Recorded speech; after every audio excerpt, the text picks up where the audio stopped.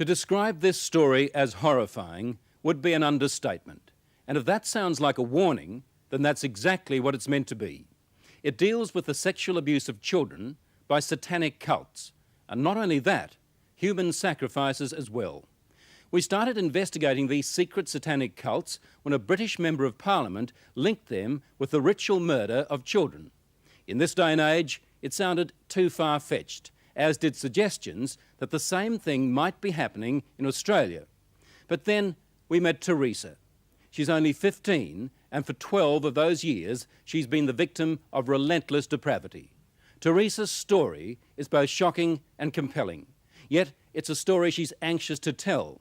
But again, we should warn you that parts of this report may be distressing. Friends of the family and strangers and my family used to rape me. Make me abort the babies I had. It would be hard to imagine more misery and suffering than what Teresa says she's had to endure. And us kids would be made to do things with the adults and the animals, and then a sacrifice would happen. The sacrifice, were these animal sacrifices? Animals and people.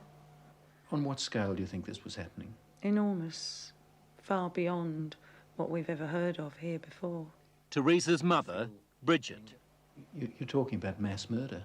Yes, on a scale that this country's never heard of before. Like the old people's homes now, only these are... For the first time, Teresa is learning what it's like to live with love instead of fear.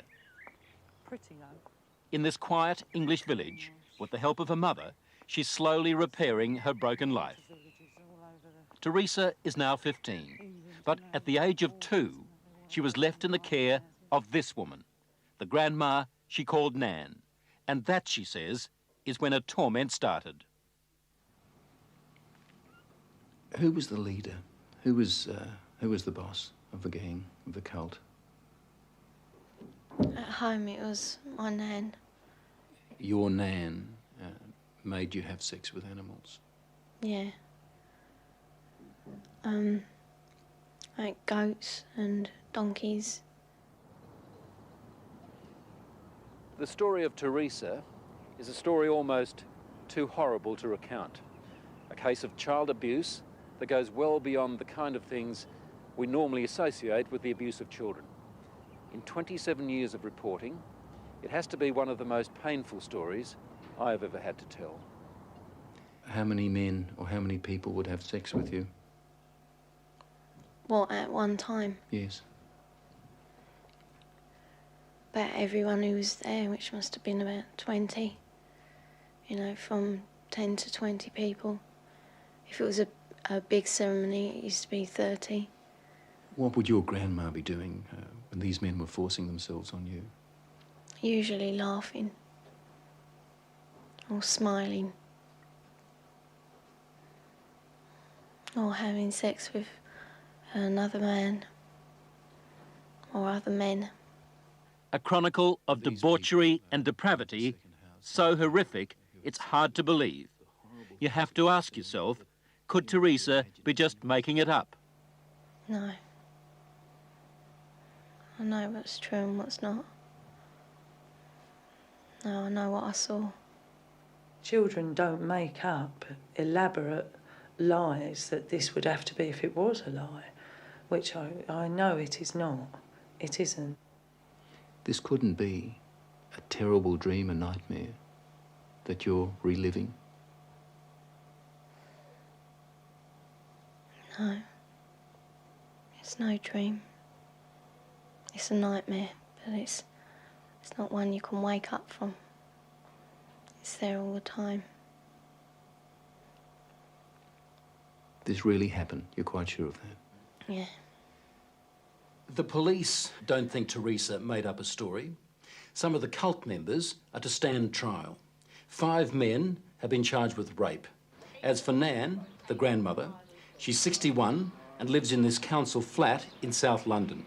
She's charged on 7 counts of aiding and abetting rape and 2 counts of performing abortions on Teresa. If you're finding this hard to believe, so did I at first. But then there are the medical reports, evidence of sustained sexual abuse. And there's this, a statement prepared for 60 Minutes by Teresa's psychiatrist. It says, "In my opinion, Teresa's account is not the product of a psychotic illness, nor the figment of a fertile imagination. I believe her to be telling the truth." I know what's true and what's not. We also took Teresa's story to this man, therapist Ray Wire. He reads a transcript of our interview and listens to her voice. It's no dream. Few people, if any, in Britain have counselled as many victims of satanic abuse or Satanists themselves as Ray Wire has. If there is an expert on satanic cults, it would have to be him. Do you believe Teresa's story? I believe Teresa's story. It's exactly the same story as I've heard from men who says they've done it. You've dealt with other cases like hers? Yes. 21 cases like hers, he says, in the past 2 years alone. Themes like they were put in boxes with spiders and worms, where they were trapped in fear, where there was a high use of excrement and urine, where there was talk of human sacrifice. Take just one of those rituals, putting children in boxes with spiders and worms. Now, listen to what Teresa told her mother. And they had a coffin-like box that children were put in with spiders and snakes and the lid shut and left in there. I would have come out deranged. I could not have coped with that mentally at all. You have evidence to back up stories like Teresa's, that this is really happening? Well, we have that age of child, 6, 5 and 4, giving information that ties up with Teresa. How do those children know? How do those children able to describe rituals, to talk about ceremonies, to talk about sacrificing animals?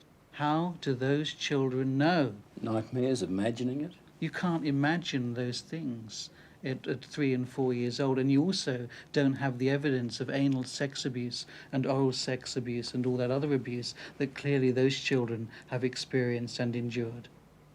During these ceremonies, was Satan, the devil, ever referred to? He was called Lucifer.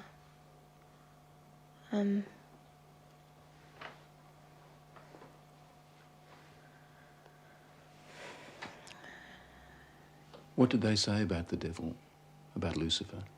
That killing the people made him happy. Sacrifices to please the He devil. used to talk about According to Teresa, the worst rituals took place at a house somewhere in the country. it was big, you know, expensive. From the front, it looked like a castle. You know, it had a long drive and big double wooden doors. Do you think they were rich people then? Very rich.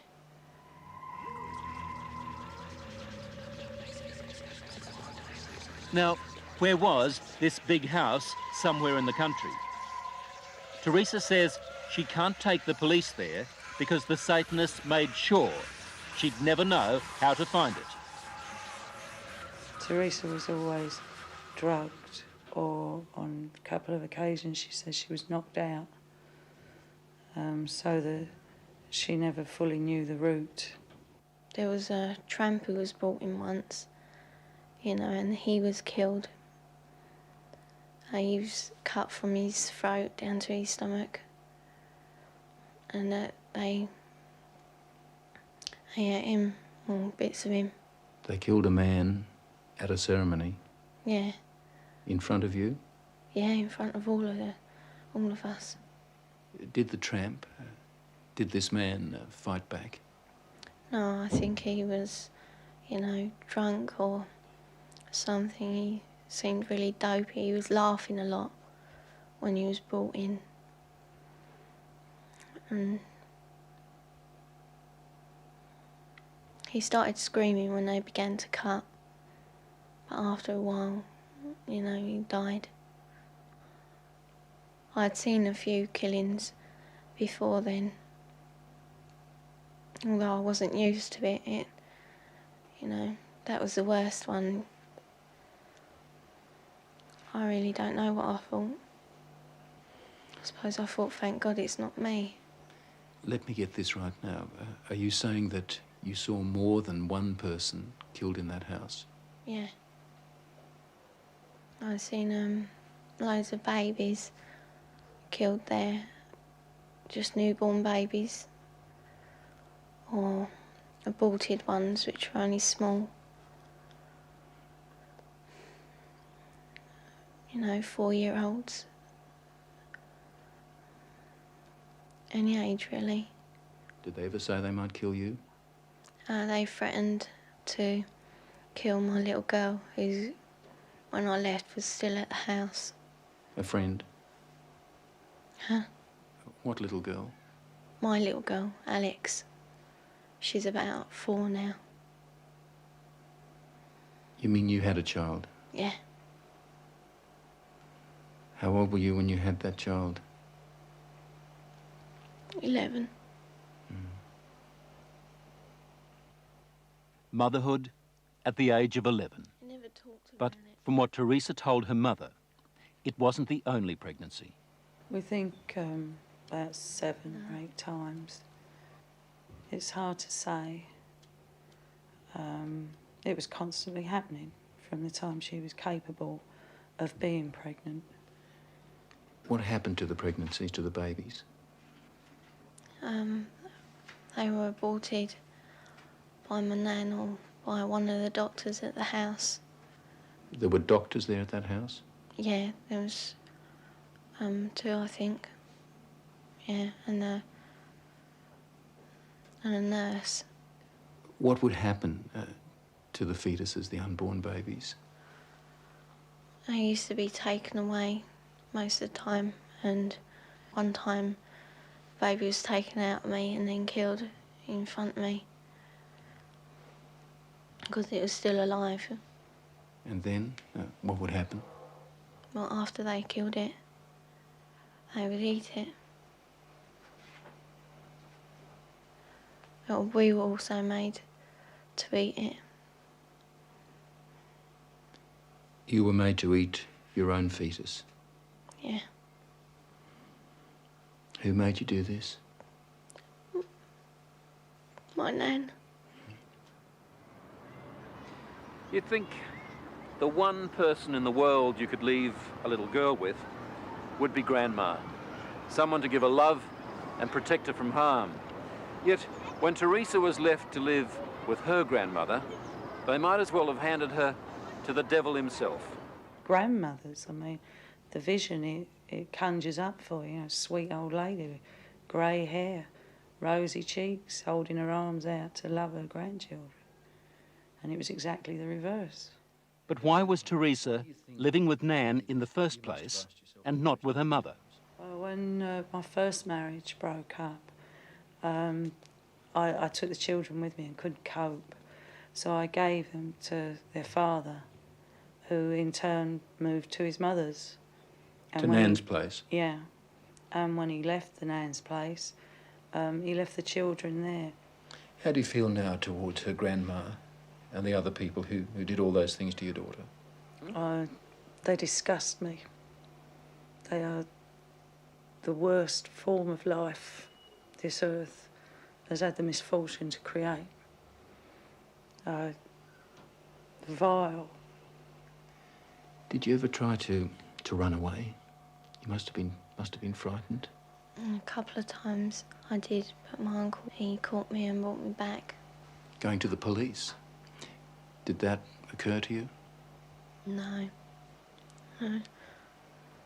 I thought it was normal, you know, even though I didn't like it. You know, I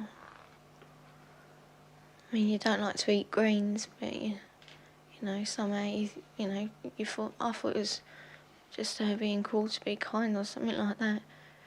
She said to me it was something that everybody did, she thought, you know, like you don't like going to school or the dentist, you don't like going to the black masses. It was never any different. I didn't have nothing to compare it to. All part of life, Teresa thought.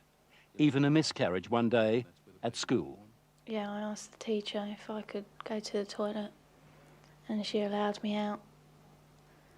I went into the toilet, and the baby was in my knickers. I thought it was dead, but it wasn't. It was still moving. And yet no one at school knew, No, saw anything. no. Or if they did, they didn't say. No, she was treated for a high temperature, fever, nothing more. What did she do with the baby? She kept her for a while because she was frightened that they'd use the child as part of the rituals. So she turned the pencil case into a little coffin. Apparently she put roses in to make her smell sweet, put a letter with her, pictures of herself and her brother, a picture of me. And then I put it down the chute because I didn't want my nan to get it. As we said earlier, the police have already charged some members of the cult, and we know they're also investigating Teresa's accounts of those ritual killings. If there were as many as she told us, then the Satanists had a problem. How did they get rid of the bodies? They had a tub, pretty big, I don't know. A very big tub, and they used to put the bodies and bones in there. And it used to go like, fizzy and that. And then there was nothing left. Well, there didn't seem to be, but when they cleared it out, there used to be a sludge at the bottom. Teresa's story, her account, doesn't really surprise you. It doesn't surprise me in the light of satanic abuse, no. Do you get frustrated with people who just won't accept that these things do happen? Yes, because I've worked with murderers in prisons for years. Not that long ago, a boy was found in a forest in southern England without a head. We have no doubts that men can do that. And yet when we start talking about men within Satanism who actually believe in evil and it's the right to express evil, we suddenly have a doubt. As I was leaving Teresa's place, she handed me this note. It's addressed to the film crew. She says, "Thanks for bothering to help kids like me. I hope it helps." On the other side, there's a poem Teresa made up while she was staying at Nan's place. She calls it Nothing Left. Nothing left. I would scream, but there is no voice left. I would cry, but there are no tears left. I'd fight, but there is no strength left. That was just part of our investigation of Satanism in Britain. We're also gathering evidence about the activities of such cults here in Australia. Hello, I'm Liam Bartlett. Thanks for watching. To keep up with the latest from 60 Minutes Australia, make sure you subscribe to our channel. You can also download the 9Now app for full episodes and other exclusive 60 Minutes content.